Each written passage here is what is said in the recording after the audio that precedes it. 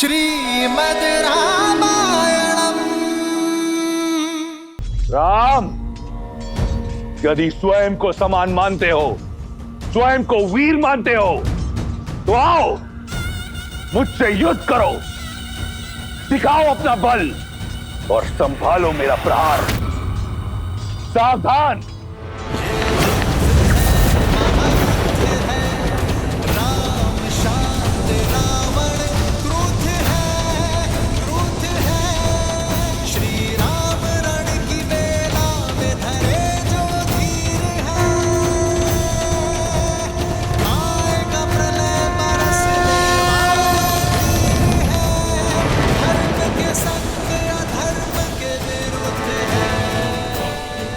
वायु अस्त्र।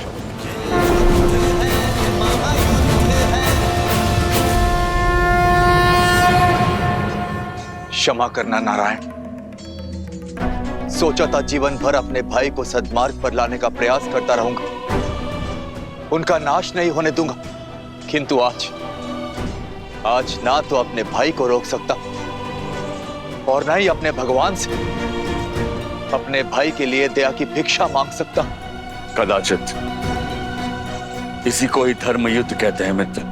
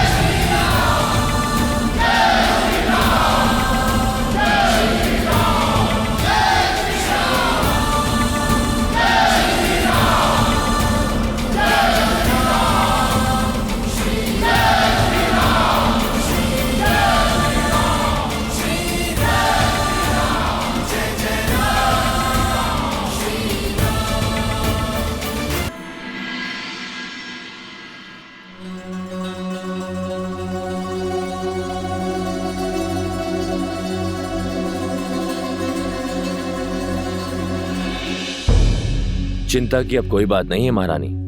युवराज के स्वास्थ्य में बहुत सुधार आ रहा है और वो शीघ्र ही स्वस्थ हो जाएंगे।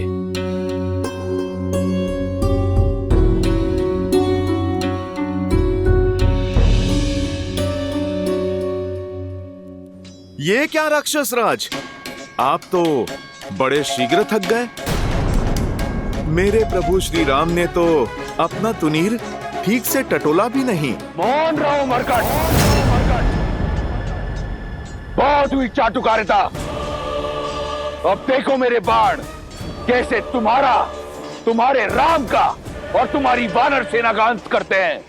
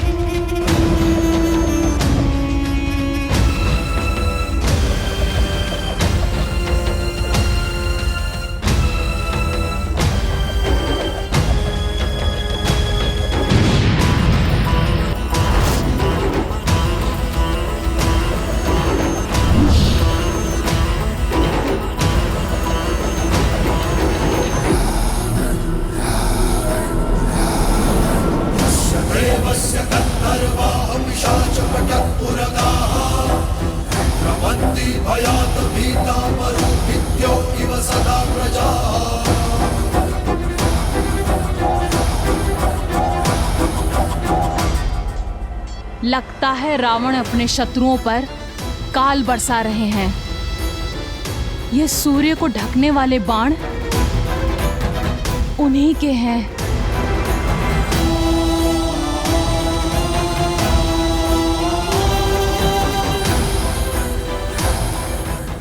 ये अंधकार लंकेश के बाणों का नहीं, उनके अहंकार का है, जो शीघ्र ही लंका को घेर लेगा।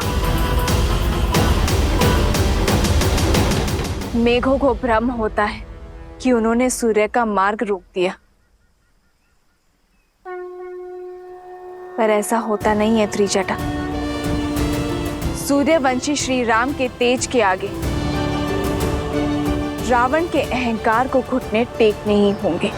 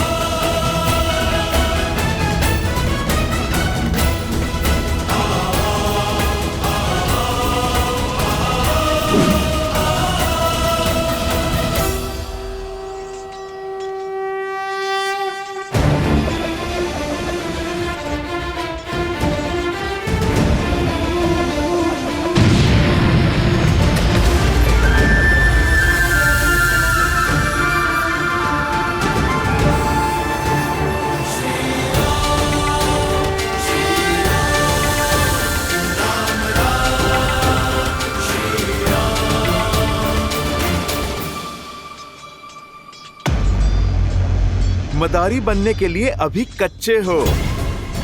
तुम तो अपनी माया को कुछ क्षण तक भी नहीं टिका पाए।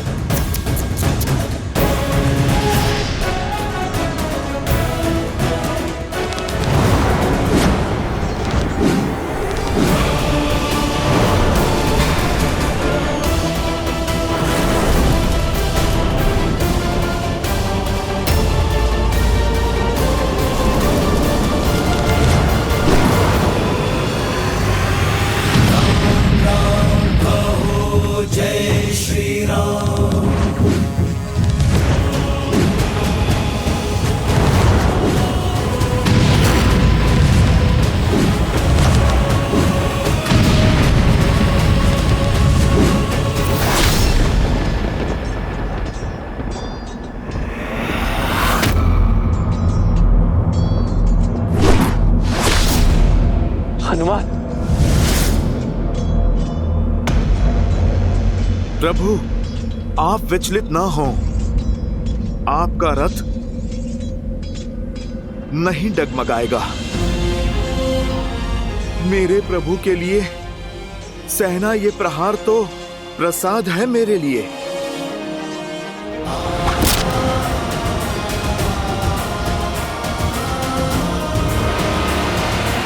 सावधान दशानन, निहत्थे पर प्रहार करके ही क्या 10 लोगों का राज पाया है तुमने? ये तुम्हारी भूल है राम। ये युद्ध भूमि है राम, यहाँ पर प्रहार कहीं से भी हो सकता है। योद्धा को शत्रु के प्रहार के लिए सज्ज होना चाहिए और परास्त होने के लिए भी। पीड़ा का आभास तो अब तुम्हें होगा लंकेश। मैं दशरथ नंदन रघुवंशी वशिष्ठ और विश्वामित्र का शिष्य राम अपनी सेना के साथ काल बनकर टूटूंगा। तुम्हारा और तुम्हारे सभी अधर्मी पुत्रों का, तुम्हारे मित्रों और तुम्हारे समस्त कुल का सर्वनाश करूंगा।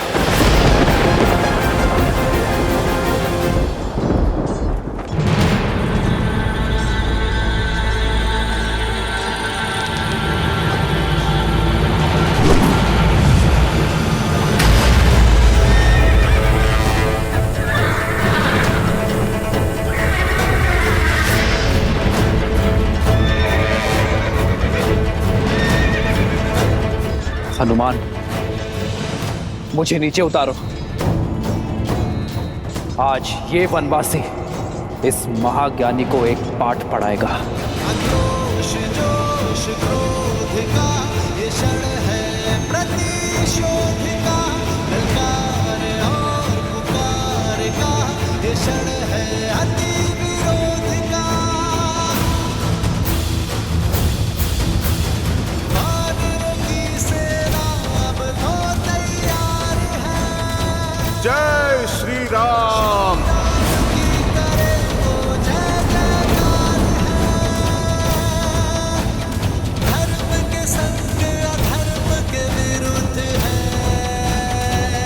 तुम्हारे अनगिनत बाण मेरे हनुमान को डिगा नहीं पाए, किंतु तुम्हारा रथ मेरे एक बाण में ही डोल गया। जानते हो क्यों? क्योंकि तुम्हारे रथ का आधार ही निर्बल है।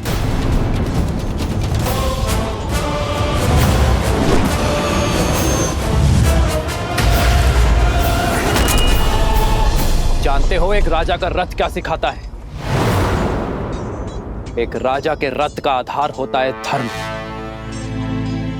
और धर्म के रथ के पहिए शौर्य और धैर्य का प्रतीक होते हैं। किंतु तुम जैसे निहत्थे पर वार करने वाले पापी को न शौर्य सहारा देता है और न ही धैर्य।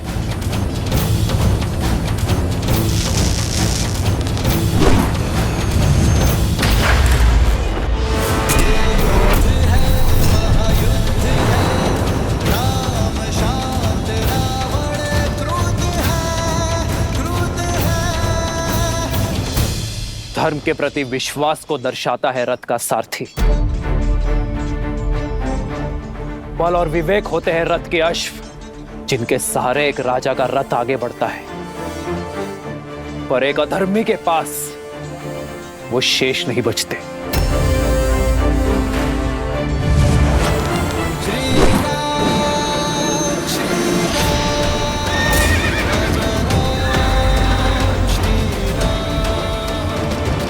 राजा वो जो देश की माटी, देश के हित में सोचे, जो एकता और अखंडता की डोरी बनकर अपने देशवासियों को जोड़े, उनकी रक्षा करे। किंतु तुमने तो अपने हठ और अभिमान में देश की माटी पर अपने राज्य पर आक्रमणकारियों को निमंत्रित किया, अपनी प्रजा को भ्रमित किया। उनके विनाश का कारण भी तुम ही होगे। अपने बल का दुरुपयोग किया, विवेक का उपयोग तो किया ही नहीं। इसलिए आज ये रथ रत्ती भर भी आगे नहीं बढ़ेगा।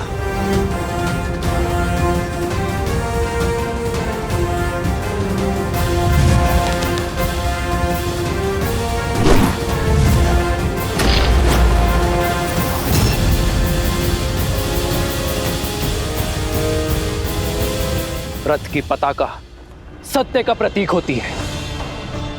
वो सत्य जिसे जानकर भी तुम अपने अभिमान में स्वीकारना नहीं चाहते, और एक अभिमानी के साथ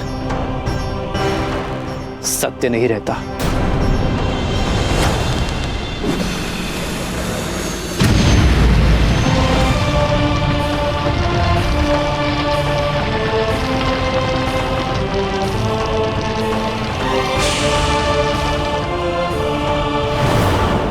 ध्वज राजा का इष्ट और पूर्वजों का आशीष होता है, किंतु जो अपने माता पिता की अवहेलना करे अपने पूर्वजों की प्रतिष्ठा का मान मिट्टी में मिलाए, उसके साथ उसके पूर्वजों का आशीर्वाद नहीं रहता।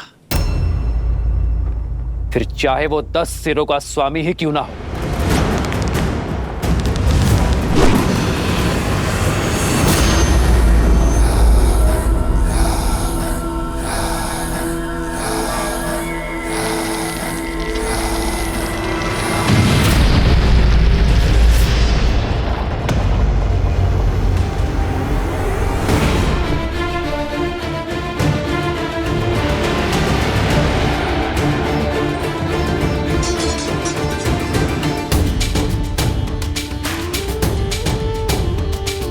श्री रामचंद्र कृपालु भजु मन हरण भव भय दारुणम्।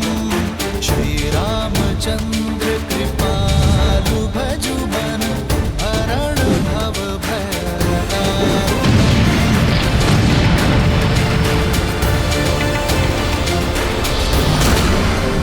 श्री राम श्री राम श्री राम श्री राम राम राम सिया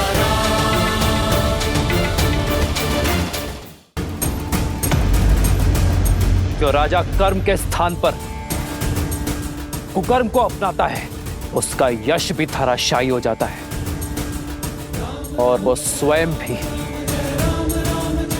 धरातल पर आ गिरता है। लंकेश, तुमने पूछा था ना कि प्रभु श्री राम अपनी पत्नी को कैसे पाएंगे। अब आशा है कि तुम्हारी हर एक शंका मिट गई होगी। तुमने हर उत्तर पा लिया होगा। उत्तर तो मैं दूंगा, जिसका प्रति उत्तर ना तुम दे पाओगे और ना तुम्हारा राम। चंद्रहास,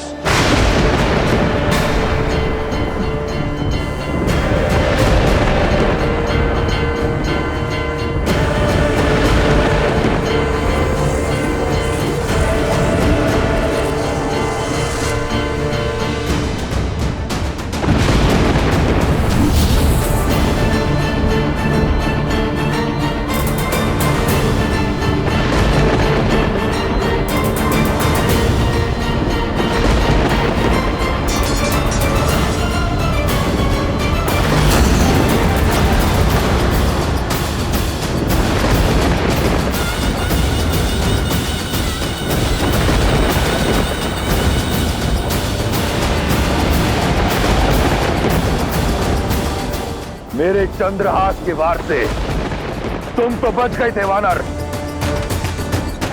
परंतु ये नर, ये वनवासी नहीं बच पाएगा।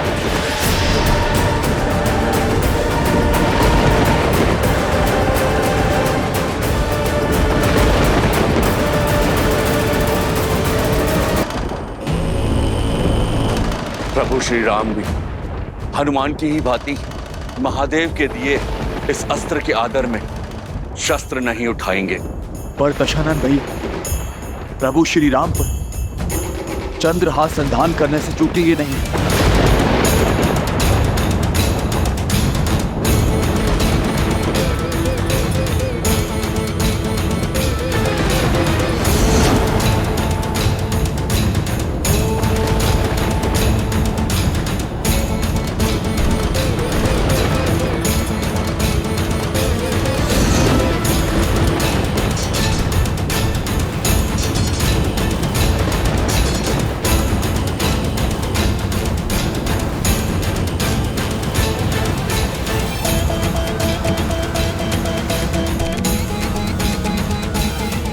अब क्या होगा प्रभु?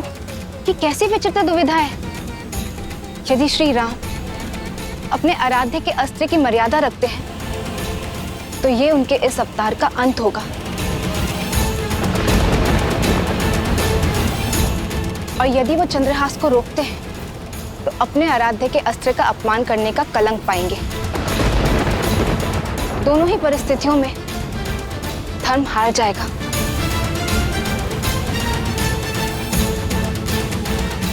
आपका चिंतित होना स्वाभाविक है देवी, किंतु आपकी इस चिंता का निवारण केवल प्रभु श्री राम ही कर सकते हैं। क्योंकि यदि चयन सरल होता तो वो श्री राम का नहीं होता।